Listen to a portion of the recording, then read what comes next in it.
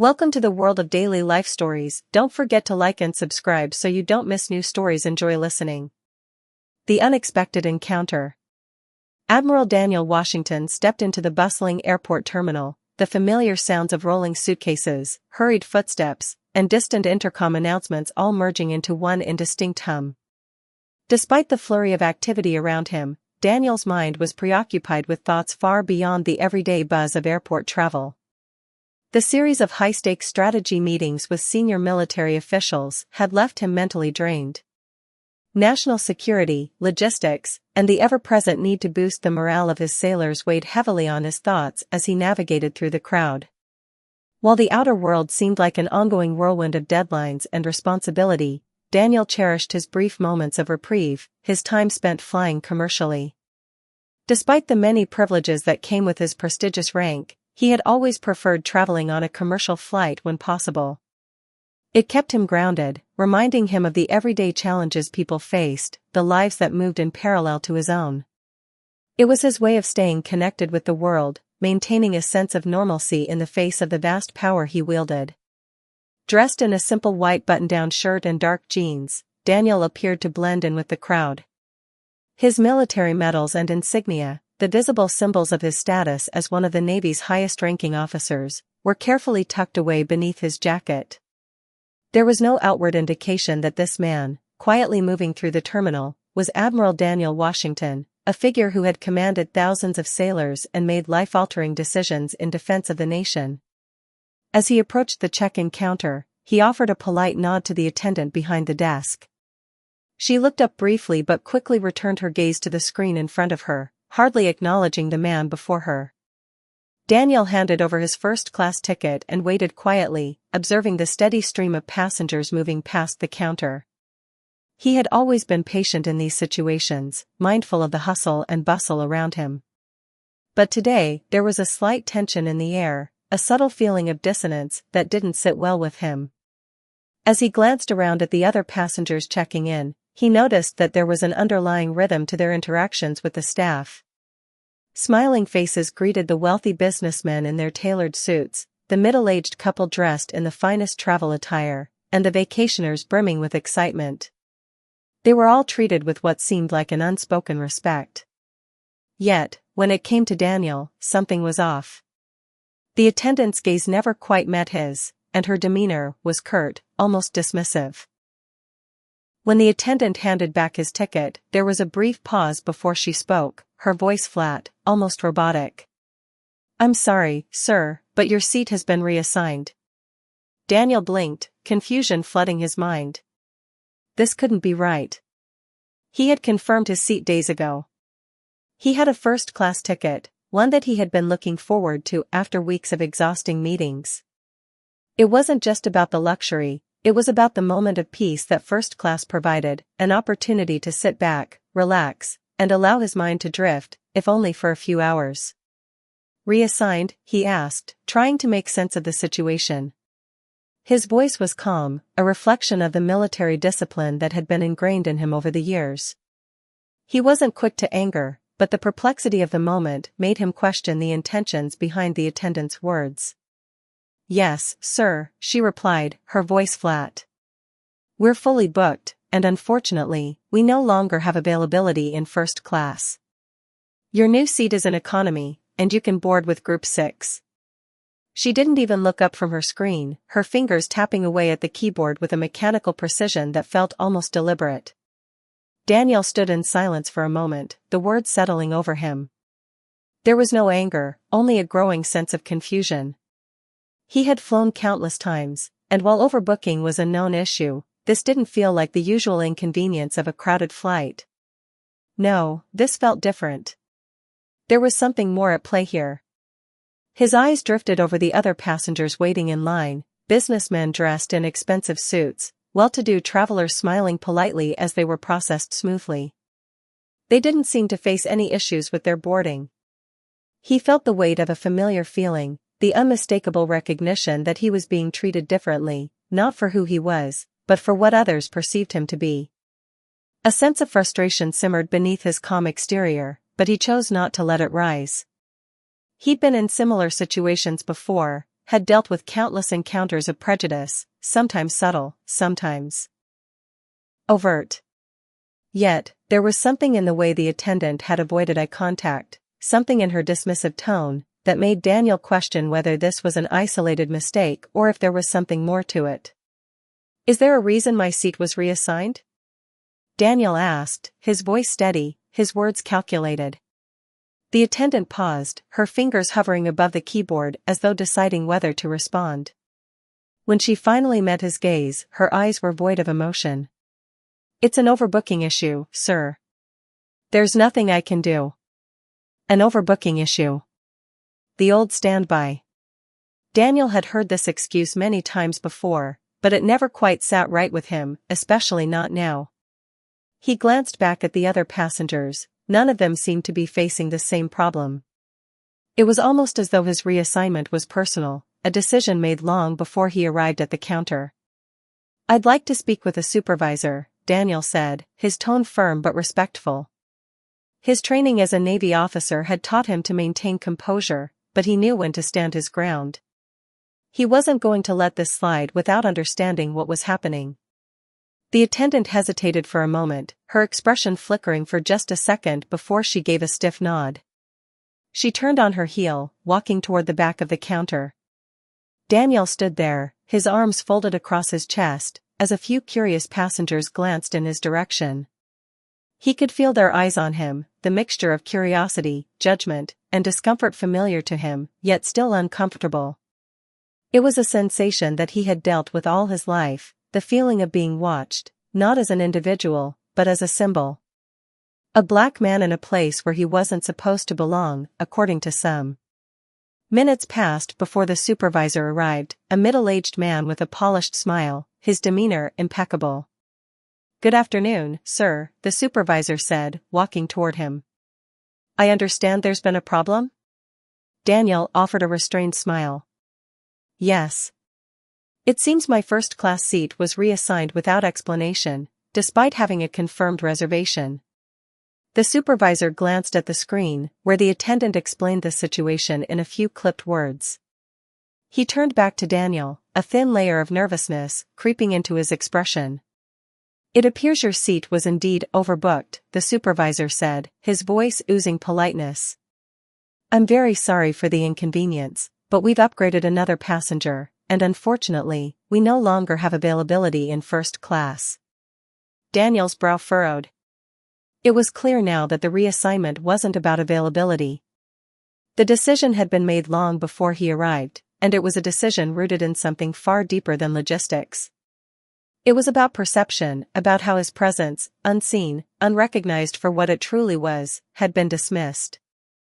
A sense of frustration began to build in Daniel, but he held it in check. "It seems that other passengers are still being processed for first class without issue," he pointed out, his voice calm but sharp, the authority of a leader carefully woven into his words. The supervisor hesitated, his eyes darting nervously around the terminal. He recognized the implication in Daniel's words, but chose to hide his discomfort behind a practiced smile. "I assure you, sir, this is just a standard procedure. Sometimes these things happen." Daniel straightened, his posture unwavering. "I'd like to speak to the pilot." The supervisor's face tightened at the request, and for a moment, there was a visible shift in the air. There was something about Daniel's presence, something about the weight of his title, that the supervisor couldn't ignore. He had underestimated Daniel, assumed he was just another passenger he could dismiss without consequence. But now, the mention of his rank was impossible to ignore. The Admiral's authority was not a formality, it was earned through years of sacrifice and service. The supervisor's facade cracked. "Please wait here," he said hastily, before walking away. Daniel stood there, feeling the weight of the situation. It wasn't about the seat, it was about respect. It was about acknowledging the struggles, the sacrifices, and the unrelenting fight against prejudice that had shaped him into the man he was today.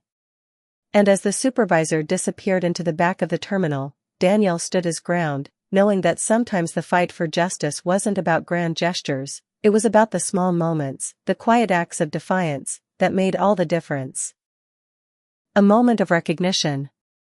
The minutes stretched into what felt like an eternity as Daniel waited in silence, his thoughts cycling between the military strategies he had just discussed in the meetings and the unfamiliar weight of this moment.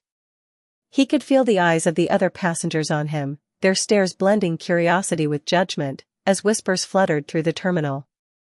Though he had long been accustomed to scrutiny, it never ceased to feel unnerving when his presence was questioned. But today, there was something different, something more unsettling about this situation. The dismissive behavior, the casual disregard for his rights as a first-class passenger, it had begun to feel like more than a simple mix-up. Daniel's mind drifted back to the countless experiences he'd had in his decades of service, moments where his achievements were overlooked, his authority undermined, or worse, questioned. It wasn't just about this one isolated event.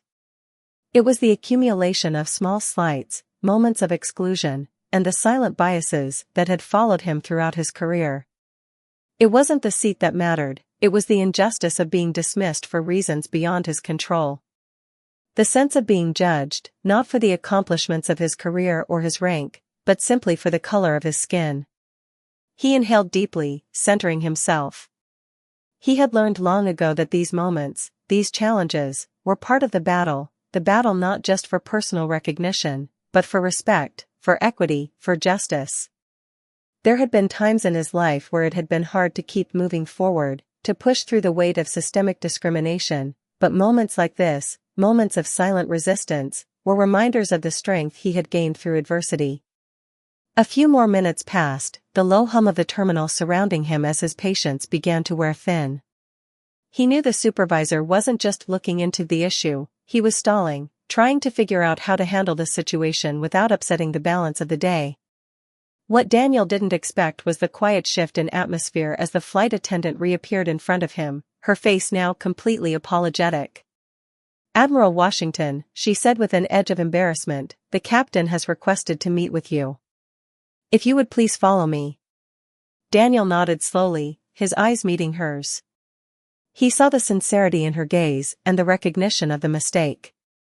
She wasn't just an employee following orders, there was genuine remorse in her expression. That gave him a sense of hope, a small but meaningful gesture in the sea of uncertainty he had been navigating. Without another word, she turned and began walking towards the gate. Daniel followed, the heavy silence between them only broken by the sounds of his shoes echoing off the marble floor. As he moved through the terminal, he could feel the eyes of the passengers follow him, their gazes a mix of curiosity and confusion. Some looked away quickly, their expressions quickly transitioning to discomfort as if they had just realized something they hadn't seen before. Others, perhaps more aware of the tension in the air, lingered a bit longer, studying him in a way that suggested they were piecing together the puzzle of what had transpired. When they reached the door to the jet bridge, Daniel felt a sense of quiet authority settle over him. It wasn't just his rank that commanded respect, it was his presence, the weight of everything he had accomplished in his life, and the battles he had fought, not only in uniform but in the hearts and minds of those who had underestimated him. He was tired, yes, but he would never let the fight go. Not for him. Not for the countless others who would never have the privilege of commanding a fleet, of wielding the power that came with his title. As they boarded the plane and moved through the cabin, he couldn't help but notice the shift in the atmosphere. Some of the passengers glanced at him with curiosity, some with discomfort, others with a quiet recognition. No one said anything, but he could feel the weight of their unspoken thoughts. As he passed by the rows, he caught the subtle flicker of surprise in the eyes of a few, the recognition that this wasn't just any passenger, they were looking at a man of great stature, someone who commanded respect, yet had been subjected to a blatant display of injustice. The flight attendant led him to the cockpit, and Daniel felt a brief moment of déjà vu. He had been in these situations before, though rarely in civilian contexts. Usually, when he walked through a door, people moved aside, acknowledging his authority and rank with silent respect. But today, as he entered the cockpit, he found himself confronting something different, something that transcended the typical protocol. Inside the cockpit stood Captain Mark Peterson, a man in his mid-50s, wearing a crisp uniform that spoke of years of service and discipline. As Daniel entered, the captain's face lit up with recognition, followed by a firm handshake. "Admiral Washington," Captain Peterson said with a respectful nod. "It's an honor, sir. I wasn't informed that we had such a distinguished guest aboard today." Daniel returned the handshake with a calm nod. "Thank you, Captain. It seems there's been some confusion about my seat."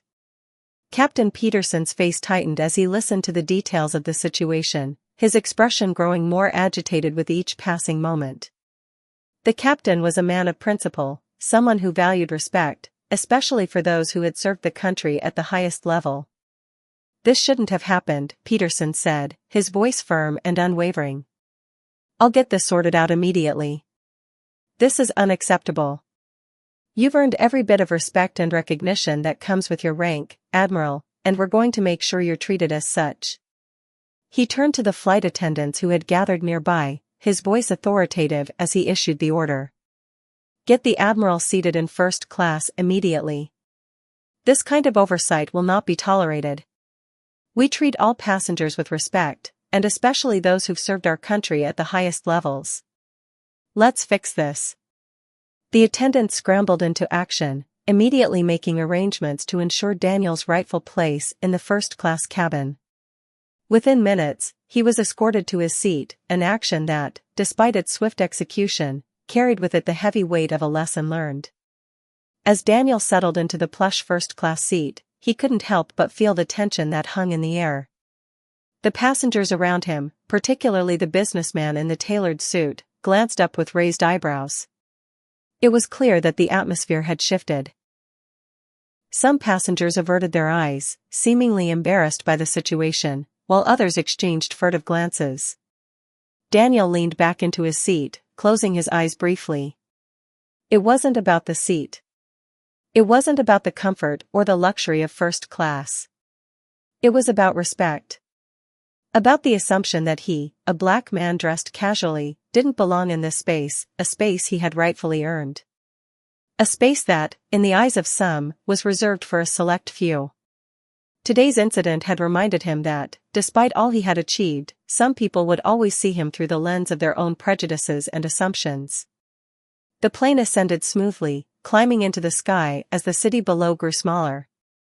As the aircraft reached cruising altitude, Daniel allowed himself a brief moment of reflection. He had fought battles throughout his life, both in uniform and in the face of systemic injustice. But moments like this, small moments of indignity, were reminders of the long road still ahead. It wasn't just about his experience as an individual, it was about the countless others who would never have the rank or recognition to demand fairness. This fight, the quiet struggle for respect and equality, was ongoing. And even though he had the rank of Admiral, Daniel knew that this fight was far from over. There were still so many who would never have the opportunity to fight back. As the flight settled into its rhythm, Daniel found his thoughts drifting not only to his sailors under his command but to the broader world, the world he had sworn to protect. And though the battle for respect would continue, Daniel Washington knew that sometimes, it was the quietest of acts, the smallest moments of standing tall, that made all the difference. The weight of leadership. The hum of the plane as it leveled out in the sky provided a constant background to Daniel's thoughts. As the world outside became a blur of clouds and endless blue, Daniel's mind wandered back to the countless moments in his life that had shaped him into the man he was today. He had always carried the weight of leadership, of representing something far greater than himself. In the Navy, his decisions affected lives, shaped missions, and ultimately determined the course of history. But there was something uniquely personal about this moment. It wasn't a military strategy or a tactical decision, it was a moment of raw, human emotion, a reminder of the biases and injustices that continued to ripple through society. Daniel had spent his entire career fighting not just for the protection of his country, but for the equality and respect of all who served within it. Yet, despite his rank, despite the countless accolades he had earned, moments like this served as painful reminders that, outside the halls of the military, prejudice still lurked in the shadows. This wasn't just a fight against external enemies, but a fight against the quiet forces that sought to divide and separate people, to undermine the value of human dignity. As the flight attendants moved through the cabin, serving drinks and snacks, Daniel could feel the tension in the air.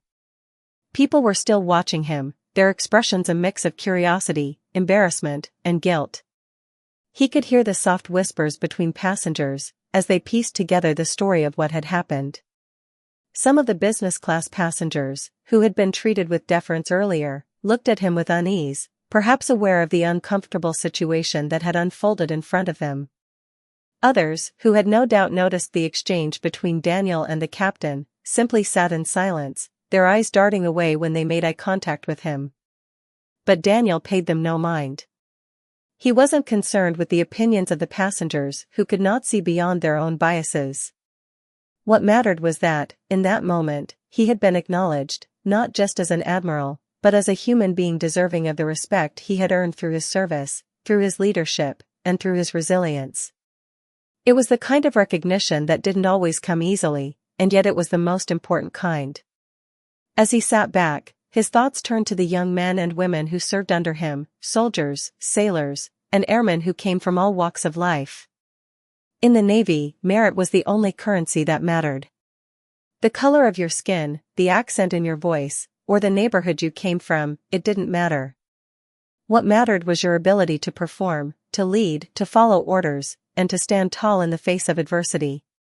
It was a system that was, by design, meant to foster equality, to erase the barriers that often existed in civilian society.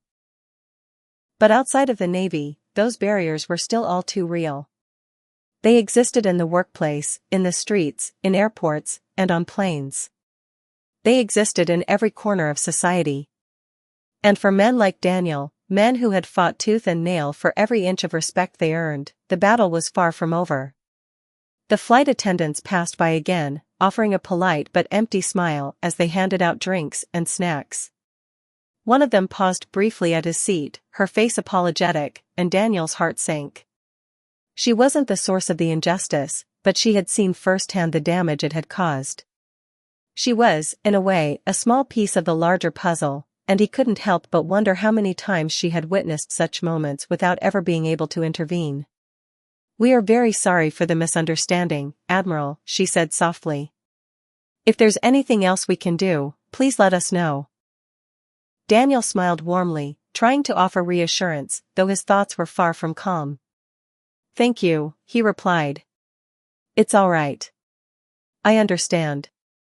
But as the plane sailed higher into the sky, his mind drifted again to the core of the issue, the assumptions, the biases, the deep-rooted prejudice that still lingered beneath the surface.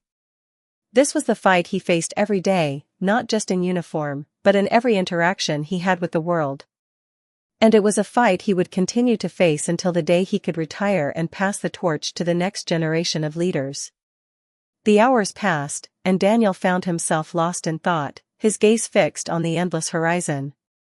He could feel the soft vibrations of the plane as it cruised through the sky, a rhythmic reminder that, despite the turbulence below, he was moving forward.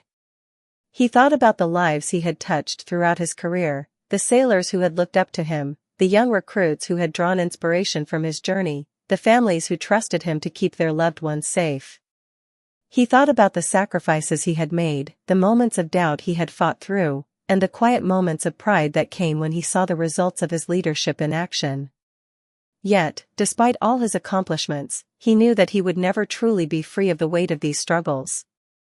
He could change the world in the ways that mattered most, through his service, through his leadership, through his unwavering commitment to duty, but there would always be more work to be done. The fight for respect, for equality, for true justice, it was ongoing, and he would never stop fighting until he saw the world become the place it should be. As the plane began its descent, Daniel felt a quiet sense of resolve settle over him. He knew that, though the personal affront of this incident would soon fade into memory, it had served a purpose. It had reminded him that, even in the face of adversity, he would remain steadfast. He would continue to fight for what was right, not just for himself, but for everyone who had been wronged, for everyone who had been overlooked or dismissed. As the aircraft touched down and the passengers began to gather their belongings, Daniel's thoughts remained with him, steady and unwavering. He had endured so much in his life, not just as a military officer, but as a black man in a world that often didn't recognize his worth. But he had risen above it all. And in the end, it wasn't the injustices that defined him, it was his resilience, his courage, his unwavering commitment to the ideals he believed in. He stood, gathered his things, and prepared to disembark. The flight attendants offered their apologies once more, but Daniel simply nodded, offering a final smile. There was no need to hold on to the frustration any longer. The battle had been won in the quietest of ways, in the strength to rise above it, to walk forward without being defeated. And so, as he walked through the gate and into the terminal, Daniel Washington knew that this was just one of many battles in his life. But each small victory, each step forward, was a testament to the power of resilience. And as long as he kept walking, he would never stop fighting for what was right. The journey was far from over. The lasting impact. As Daniel made his way through the terminal, the feeling of weightlessness, of finally leaving the tension behind, began to settle in. The last passengers were boarding their connecting flights, and the airport was slowly returning to its familiar bustle. But in the back of his mind, Daniel couldn't help but feel that this journey wasn't just about the flight.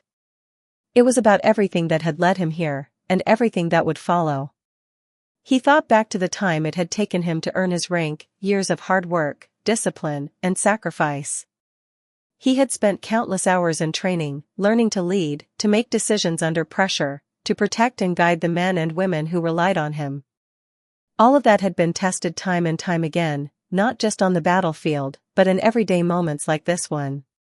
In these small, seemingly insignificant moments, Daniel had been forced to fight not just for his seat on the plane, but for his dignity, his humanity, and the respect he had earned through years of service. His phone buzzed in his pocket, and Daniel pulled it out to see a message from his assistant. It was a simple reminder about the next series of meetings and briefings he had to attend, but for the first time that day, he felt a sense of calm wash over him. This was what he had trained for. This was what he had worked so hard to accomplish, not just for himself, but for everyone who had ever faced injustice or discrimination. His life had been shaped by adversity, yes, but it was also shaped by resilience. By his ability to persevere in the face of seemingly insurmountable odds. And now, with the weight of this moment behind him, he felt more certain than ever that he would continue to fight for equality, for respect, for justice, no matter where life took him next. He walked through the airport with his head held high, his presence undeniable. He had faced one more challenge and emerged victorious, not because he had been given any special treatment, but because he had refused to let the prejudice of others define him. And that, above all else, was a reminder of the strength that lived within him. As he left the terminal and headed toward the exit, Daniel took a deep breath and looked out at the horizon. He didn't know what the future held, but he knew one thing for certain: no matter how hard the journey, he would never stop moving forward. His story, one of perseverance, courage, and unbreakable resolve, was far from over. And as long as he had breath in his body, he would continue to fight for the future he believed in, for the people he loved, and for the world he knew could be made better. The plane had landed, and so had his mission. But his journey would never truly end.